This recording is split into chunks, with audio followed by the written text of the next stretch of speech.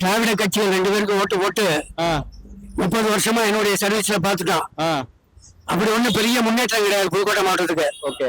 அதனால இந்த வருடம் தமிழக வெற்றி கழகத்தினுடைய புதுசா ஒரு கட்சி ஆரம்பிச்சிருக்காரு விஜய். அவர் திரைப்பட நடிகரா இருந்தாலும் விஜய் வந்து மக்களுக்கு செய்யலன்னு ஒரு கொள்கையை சொல்றாரு.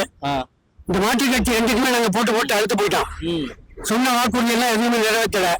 புதுக்கோட்டை மாநகராட்சி ரோடு சரியில்லை, தண்ணி வசதி இல்ல, போற இடமெல்லாம் ரோடு ரொம்ப ப்ராப்ளம்.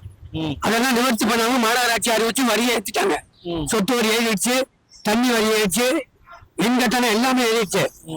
இப்ப இந்த 2 கட்சிக்காரங்களும் இந்த வருடம் வந்து இந்த 2026 தேர்தல்ல மக்களுக்கு நல்லது செய்யலைன்னு வர விஜய்க்கு ஒரு தடவை ஓட்டு போடுவானே. அவர் என்ன செய்யறாருன்னு பாப்போமே. அவர் செய்யலைன்னா அவருக்கு இதேதான் எதிர்ப்பு தான். அதனால இந்த 2 மாற்றுக் கட்சிக்கு 40 வருஷமா ஓட்டு போட்டு எங்களுக்கு ஒண்ணு இது கிடையாது, எந்த ஒரு பெனிஃபிட் இல்ல.